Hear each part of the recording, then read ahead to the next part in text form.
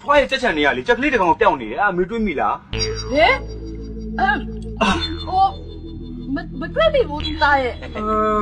မောင်လေးနေရောက်တွေးမိလား ဟာကျုပ်ဘလို့ဒီမှာလဲအမားတက်တယ်လိုက်ကြည့်နေမှာမဟုတ်တာ အမလေးငါကြက်လေးပျောက်တာတော့သေချာနေပါပြီအမလေး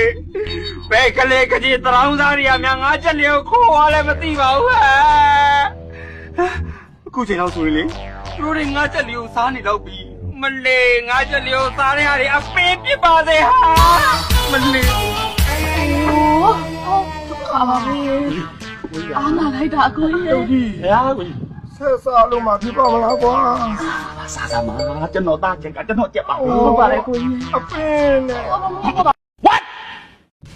ဟဲ့ဟင်းလိုက်ရကြအဲ့ဒါခဏထားစမ်းကွာဟိုဦးမိုးရှိကတူတွားငါးစမ်းငါဒီမှာရိုက်ရှာရှိဦးမိုးဘူးဟုတ်ကကျွန်တော်ဆရာတူလေးခဏလောက်ငါပါတဲ့ ဟဲ့ဆရာ ဟုတ်ကဲ့ ငါ့ဒီမှာတူငါးခိုင်းတာ ဟုတ်ကဲ့ သူကတစ်သားအုပ်ထုမှလားတန်အုပ်ထုမှလား တန်ကိုထုမယ်ထင်တယ်ခင်ဗျ အာတန်ထုလို့တော့ဘယ်ဖြစ်မလဲကွာ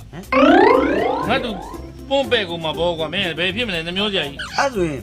ကျွန်တော်တေချာပြန်မေးလိုက်မယ်သူတန်ကိုထုမယ်ဆိုရင်မငါဘူးလို့တစ်သားကိုထုမယ်ဆိုရင်ငါမယ်လို့တစ်သားဆိုရင်တော့ငါမှာပေါ့နော် တစ်သားတော့မှတစ်မှဆိုရင်မရဘူး တစ်ပြော ပြောလားမလားမေးကြည့်တယ်ဟို ဟိုတခါတည်းမေးခဲ့မယ်မပြောမမာလေးလို့ဆိုရင်ရလား တော့မငါဘူးလို့သာပြောလိုက်ကွာမငါဘူးသွား မပြောမမာလေးလေ မရဘူး ဆရာ ဟေး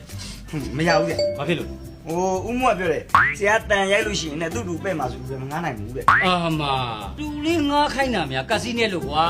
ငါတူပဲ့မှာဆိုလို့တူကိုငါခိုင်းတာငါမှလည်းတူရှိပါတယ်ကွာသွားထုတ်ရှိ ဗျာ